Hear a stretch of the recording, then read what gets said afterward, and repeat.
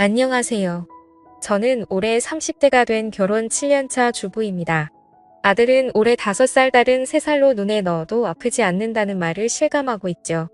저는 간호대학을 나와서 동네 병원의 간호사로 일을 하고 있습니다. 아이 둘을 키우면서 남편과 맞벌이를 할 수 있었던 것은 바로 저의 엄마 때문이었죠. 남편과 결혼을 준비할 때 아이를 낳으면 저는 일을 그만두고 남편이 혼자 일을 하는 것에 대해 이야기를 하고 있었습니다.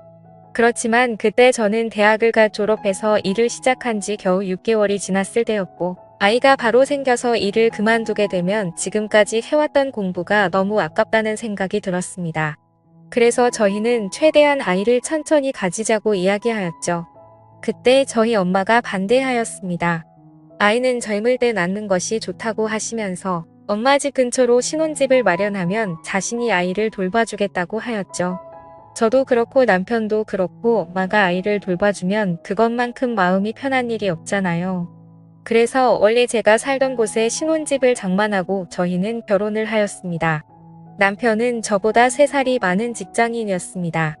우리는 친구의 소개로 만나서 1년 정도 연애하고 결혼을 하였지요. 남편의 아버지께서는 대학교 교수님이셨고 어머니는 일반 주부셨습니다. 대학교 교수가 돈을 얼마나 잘 버는지는 모르겠지만 그래도 꽤 풍족하게 자란 것 같았죠.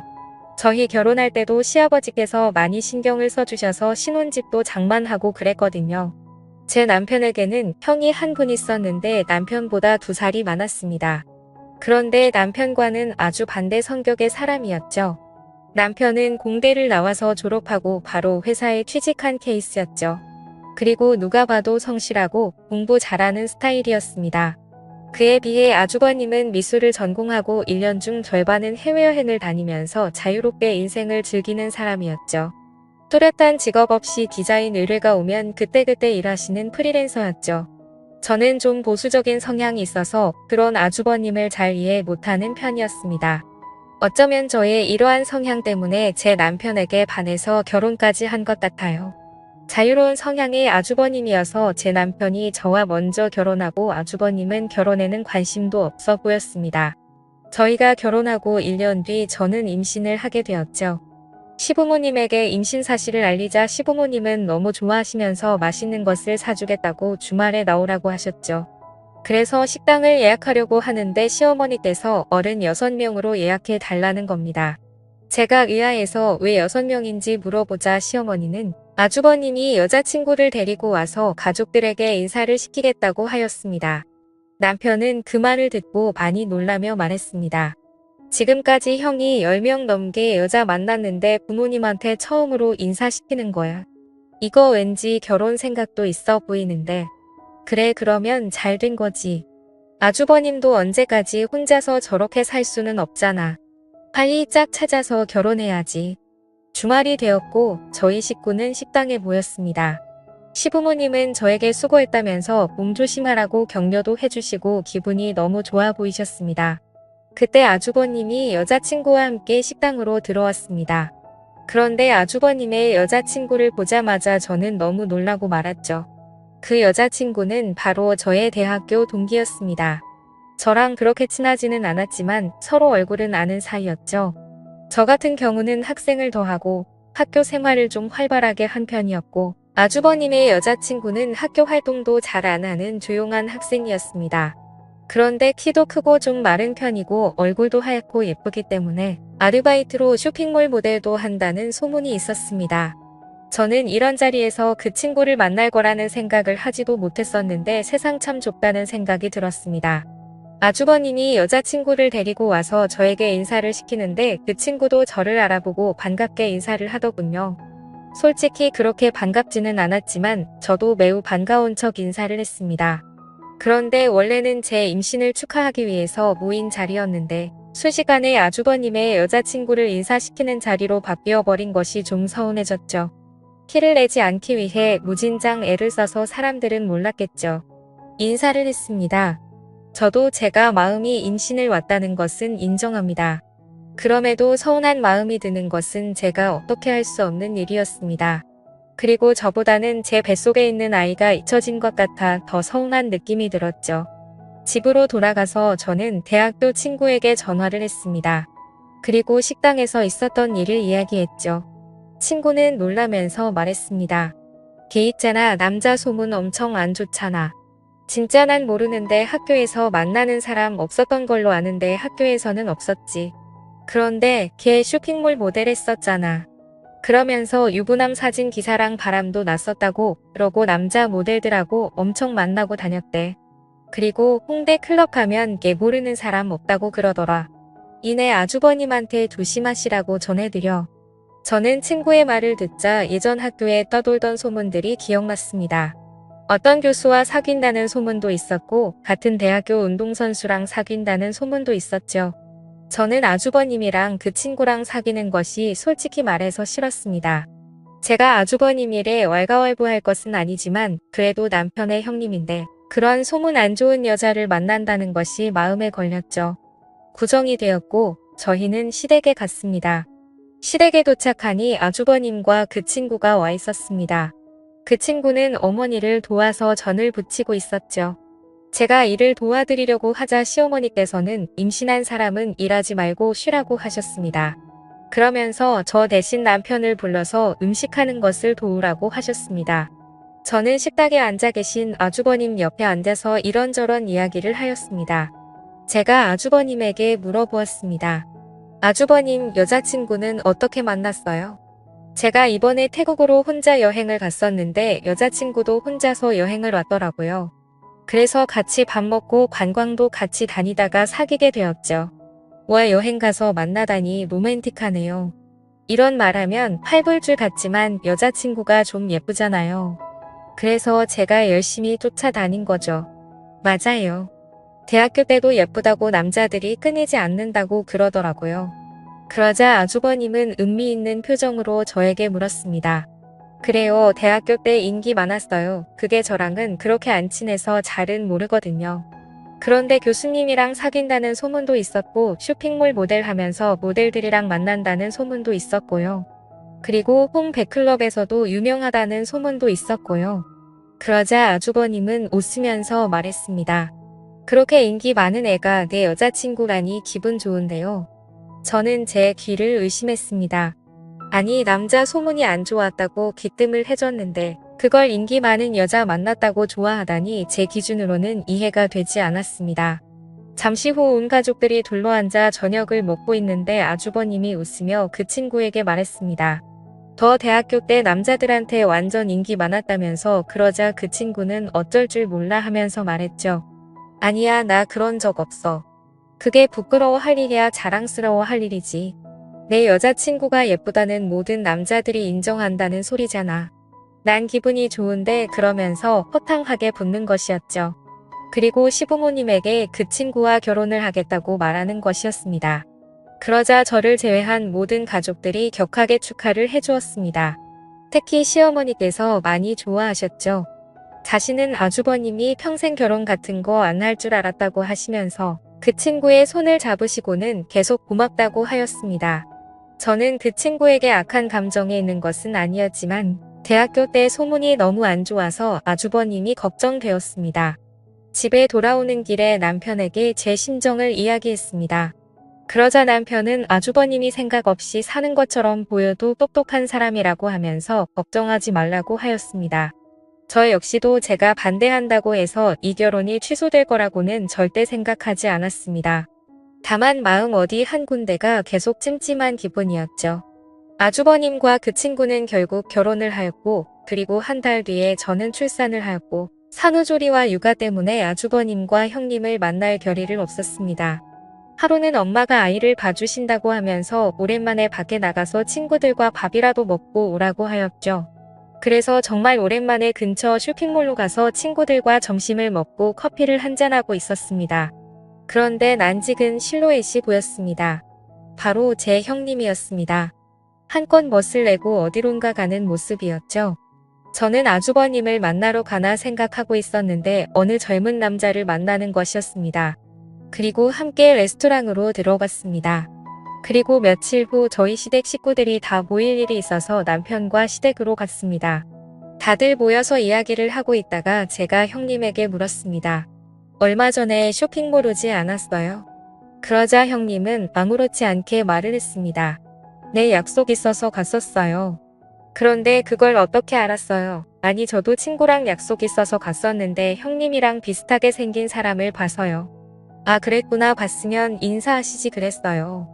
그게 너무 멀어서 확실하지도 않았고 괜히 모르는 사람이면 어쩌나 싶어서요. 그런데 그렇게 입으니까 진짜 처녀 같았어요. 그래요 고마워요. 오랜만에 옛날에 입었던 옷 좀 꺼내서 입어봤어요. 저는 아주버님에게 말했습니다. 아주버님은 조심해야겠어요. 쇼핑몰에서 형님 봤는데 너무 젊고 예쁘게 하고 다녀서 젊은 남자들이 연락처 달라고 막 쫓아올 것 같다니까요. 저는 거기서 젊은 남자를 만났던 형님을 믿고는 것이었는데 아주버님은 크게 웃으면서 말했습니다. 그러니까요 이거 혼인신고서라도 코팅해서 목걸이로 걸어줘야겠어요. 그래야 안심이 되지 하하 안녕하세요. 저는 올해 30대가 되었. 저는 아주버님의 아무렇지도 않은 듯한 반응에 또 놀라고 말했습니다. 저는 좀 더 강하게 말하였습니다. 형님 그런데 그 사람 누구예요? 잘생겼던데 제 말을 들은 아주버님이 형님에게 물었습니다. 뭐야 그날 가서 남자 만났어. 그러자 형님은 당당하게 말했습니다.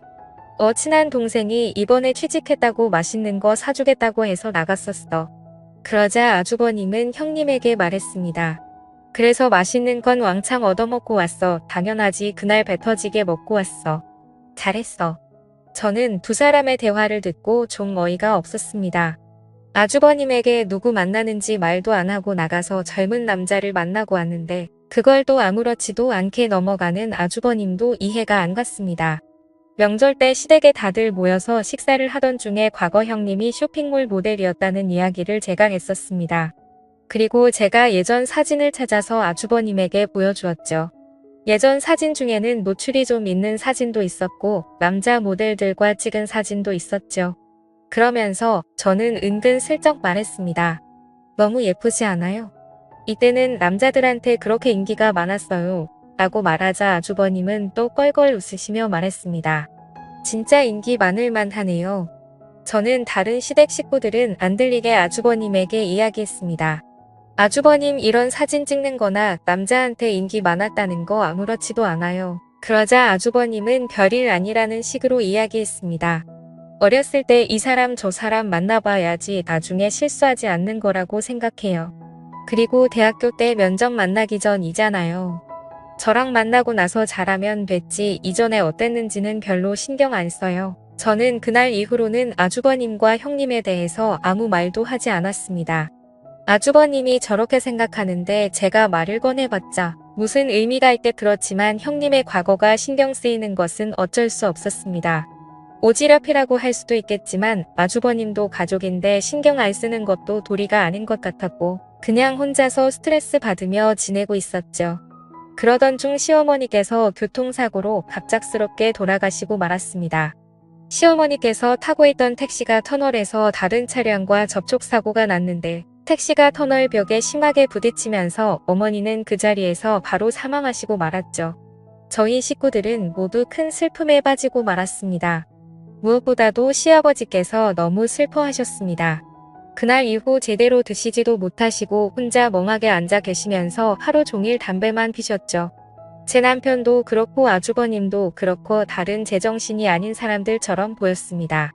그렇게 1년이라는 시간이 흘렀고 이제 어느 정도 정리가 된 듯한 느낌이었습니다. 어느 날 아주버님이 남편과 저를 불러서 상의할 일이 있다고 하였습니다. 그래서 아주버님과 형님 그리고 저희 부부는 식당에 모여서 이야기를 나눴습니다. 주된 이야기는 바로 시아버지의 문제였습니다. 시아버지는 서울 근교에 전원주택을 지으셔서 살고 계셨습니다.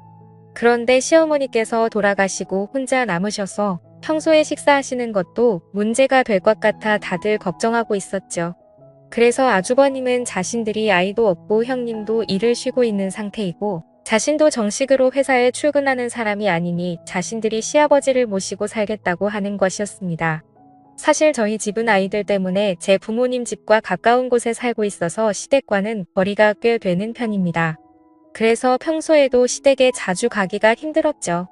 그에 비해 아주버님들은 원래도 시댁 근처에 있었고 평소에도 자주 시부모님을 찾아뵈어서 형님도 그렇고 시부모님과 매우 친하게 지내고 있었습니다. 아주버님은 자신들이 살고 있는 집을 처분하고 시아버지의 주택으로 가겠다고 한 것이었죠. 제 남편은 아주버님에게 너무 미안해하며 고마워했죠. 저도 일단은 아주버님의 의견에 찬성하였습니다만 왠지 기분이 안 좋은 느낌이 들었습니다. 저는 집으로 돌아오면서 남편에게 말했죠.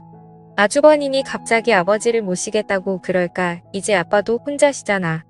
그럼 혼자 되셨을 때부터 모셨어야 되는 거 아니야? 왜 갑자기 그럴까 몰라. 그냥 형수가 아버님 곧 모시고 살고 싶다고 그랬대.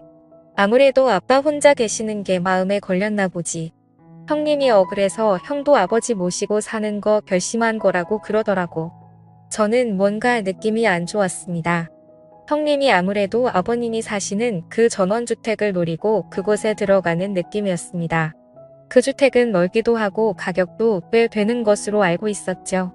저는 남편에게 말은 못하고 형님이 참 여우 같다는 생각이 들었습니다. 괜히 이런 이야기 했다가 남편이 괜한 오해한다고 뭐라고 할 것 같았죠. 솔직히 저희는 그 전원주택 없어도 사는데 아무 지장도 없고 그리고 지금까지 욕심을 내본 적도 없습니다. 그런데 사람이 참 감사한 게 형님이 그 주택을 노린다는 생각이 들자 저도 갑자기 그 주택에 사심이 욕심이 생기더라고요. 저는 집으로 돌아와서도 계속 욕심을 내지 말자 다짐했습니다. 그래 형님이 아버님을 모시고 사는 것만으로도 충분히 집값하는 거야. 그러니까 이해하자. 하지만 마음은 그렇지 않았죠. 추석 연휴가 다가왔고 제가 다니던 병원이 때마침 인테리어 공사를 하게 되어서 저는 의도치 않게 10일이 넘는 휴가를 얻게 되었습니다. 그냥 집에서 푹 쉬고 싶었는데 아이들이 놀러 가고 싶다고 노래를 부르더군요. 그래서 이번에 시아버지 댁에 며칠간이 있을 결심을 했습니다. 아주버님과 형님 사이에는 아직 아이가 없었고 저희는 아이가 둘이나 있었죠. 그리고 시아버지께서는 저희 아이들만 보면 뒤로 넘어갈 정도로 아끼고 좋아하셨습니다. 생각해보니 형님은 시아버지와 함께 살며 예쁨도 받고 서로 친하게 지낼 텐데 왠지 우리 아이들이랑 저만 소외당할 것만 같은 생각도 좀 들었죠. 저는 남편에게 제 생각을 이야기하니 남편도 흔쾌히 허락해 주었습니다. 그리고 남편은 지금 아주버님께서는 일 때문에 외국에 잠깐 나가 있는 상태라 아버님이 더 허전해 하실 거라면서 아이들이 가면 좋아하실 거라고 말했죠. 저는 짐을 챙겨 아이들과 시아버지 댁으로 갔죠. 저희가 가자 시아버지와 형님은 너무 좋아하더라고요. 아이들도 시골의 좋은 공기를 마시면서 마당에서 시아버지와 함께 놀며 즐거운 시간을 보냈습니다. 저는 옆에 형님이 있는 것을 보고 형님 시골에 온 지도 이제 2년째인데 어때요? 살만해요. 네, 좋아요. 공기도 좋고 여유롭고 그런데 좀 심심하지 않아요. 여기 보니까 근처에 아무것도 없던데 그렇게 심심할 겨를도 없어요. 집안일 하고 아버님 챙겨드리고 그러면 하루가 다 지나가 있어요. 그때 아이들과 함께 있던 시아버지께서 좀 피곤하신지 자리에 털썩 앉으셨습니다. 그러자 형님은 급하게 시아버지에게 달려갔고 시아버지를 부축하였습니다. 그리고 시아버지는 그런 형님이 고마운지 형님의 손을 꼭 잡고 일어나셔서 형님의 어깨를 토닥여 주셨죠. 저는 속으로 두 사람이 함께 살면서 많이 친해졌구나 하고 생각했습니다. 그날 밤 저는 아이들과 함께 있다가 초저녁에 잠이 들었습니다. 그래서 밤 10시쯤에 눈을 떴습니다. 다들 잠을 자는지 밖은 조용했지요. 저는 물을 마시려고 거실로 나왔는데 시아버지 방에서 이상한 소리가 들리는 것이었습니다. 저는 시아버지 방문에 귀를 가까이 가져갔습니다. 그러자 시아버지의 거친 숨소리가 들려왔습니다. 저는 너무 놀라서 하마터면 들고 있던 물컵을 떨어뜨릴 뻔했죠. 저는 심호흡을 하고 다시 귀를 가까이 댔습니다. 분명 시아버지의 거친 숨소리가 들렸습니다. 정확하진 않아도 소리를 참는 듯한 소리였죠. 그리고 얼마 뒤 그 소리는 사라졌습니다. 그리고 뒤이어 들려오는 또 하나의 숨소리가 있었죠. 그것은 여성의 가는 한숨소리였습니다. 그리고 여성의 목소리가 들렸습니다. 그 목소리는 바로 형님의 목소리였습니다. 아버님 아무래도 동서랑 조카들이 와서 지금 시간에는 힘들 것 같아요. 내일부터는 1시간 정도 뒤에 올게요. 조금만 참으세요. 아셨죠?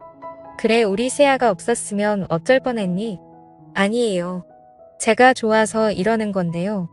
저는 그들의 대화를 듣고 심장이 떨어지는 듯한 느낌이었습니다. 그리고 달그락거리는 소리가 들려서 저는 얼른 아이들이 있는 방으로 들어왔습니다. 시아버지와 형님의 신음소리와 그들의 대화까지 저는 이 사실을 믿을 수 없었습니다. 저는 한 번 더 사실을 확인해야겠다는 생각이 들었죠. 다음 날 저는 아이들을 모두 재워놓고 저도 자겠다고 인사를 드리고 방으로 들어갔습니다. 그리고 저의 모든 신경은 거실로 향해 있었죠. 밖에서 인기척이 들리고 방문이 열리고 닫히는 소리가 들렸습니다. 저는 몰래 나와서 시아버지 방 앞에 서서 방문에 귀를 댔습니다. 그리고 그 안에서 어김없이 시아버지의 신음소리가 들렸죠. 이건 분명했습니다. 게다가 형님은 예전부터 남자 관계가 좋지 않았다는 소문이 많았죠. 아니 땐 굴뚝에 연기 나지 않는다는 옛말도 있었고 사람은 고쳐 쓰는 것이 아니라는 말도 생각이 났습니다. 그렇지만 아무리 남자가 궁해도 시아버지와 저런 관계를 맺다니 저는 너무나 큰 충격에 빠졌죠. 저는 마음을 단호하게 먹고 형님에게 따지기로 마음 먹었습니다. 저는 식탁에 앉아서 형님이 나오기를 기다렸습니다. 잠시 뒤에 형님은 자그마한 가방을 들고 시아버지 방에서 나왔습니다. 그리고 식탁에 불이 켜져 있는 것을 보고는 화들짝 놀랐죠. 저는 형님에게 차갑게 말했습니다. 잠깐 저랑 말 좀 해요. 그러자 형님은 알겠다고 하면서 식탁에 앉았습니다. 저는 단도직입적으로 물었습니다. 이 야심한 밤에 아버님 방에서 뭐 하고 있었던 거예요? 형님은 아무 말도 못하고 고개를 숙였습니다. 저는 말을 이어갔습니다. 아니 왜 아무 말도 못해요? 이러는 거 아주버님은 알고 계세요. 그이는 알고 있죠. 그리고 그이가 부탁한 일이기도 하고요. 저는 그 말을 듣고 너무 놀랐습니다. 뭐라고요? 아주버님이 부탁을 했다고요? 아니 세상에 어떻게 아마 도련님이었어도 그랬을 거예요. 그러니까 너무 뭐라고 하지 마세요. 저는 그 말이 더욱 어이가 없었습니다. 뭐라고요? 내 남편이어도 그랬다고요? 그러자 형님은 담담히 말했죠. 네. 동서도 나랑 같이 간호학과 나왔고 지금도 간호사로 일하고 있으니까 동서도 할 수 있는 일이죠. 저는 그 말을 듣고 좀 당황스러웠습니다. 그게 무슨 말이에요? 간호사랑 그거랑 무슨 상관이에요? 그러자 형님은 모든 사실을 털어놓았습니다. 사실 시어머님이 돌아가시고 아주버님께서 시아버지를 모시고 살고 싶어했는데 시아버님이 급구사양해서 함께 살지 못했다고 합니다. 그 스트레스 때문인지 건강이 많이 안 좋아지시더니 결국엔 급성으로 당뇨병에 걸리셨고 인슐린 주사를 주기적으로 맞아야 한다고 하였죠. 시아버지께서는 저와 남편이 걱정할까봐 말을 안 하셨고 형님과 아주버님이 함께 살면서 시아버지를 돌보고 있었던 것이었습니다. 저는 형님의 말을 듣고 이상한 생각을 한 제 자신이 너무 부끄러웠습니다. 저는 형님에게 오해해서 미안하다고 하며 제가 그동안 형님을 나쁘게 생각했었다고 고백을 했죠. 그러자 형님은 웃으며 말했습니다. 저도 제가 소문이 이상하게 난 거 알고 있어요. 그리고 동서가 저 별로 좋아하지 않는 것도 알고 있었고요. 그런데 언젠가 동서도 진실을 알겠지 하고 생각했어요. 동서 저 그렇게 나쁜 사람 아니에요. 그리고 20살 때 처음 동서를 봤을 때부터 동서랑 친하게 지내고 싶었어요. 이제 10년이 훌쩍 지났지만 앞으로 친구처럼 지내요. 네, 저는 형님이 이렇게 마음이 넓은 사람인 줄 이제야 알게 되었습니다. 그리고 편협하게 형님을 생각했던 제 자신의 후회 있죠. 저는 형님에게 말했습니다. 네, 앞으로 우리 친하게 지내요. 그리고 저도 주말에 와서 아버님 챙길 테니까 아주버님이랑 주말에 놀러도 가고 그러세요. 저도 이 집 며느리인데 이런 일은 함께 해야죠. 그렇게 저에게는 또 하나의 가족과 가장 친한 친구가 생겼습니다. 지금까지 제 사연을 들어주셔서 감사합니다.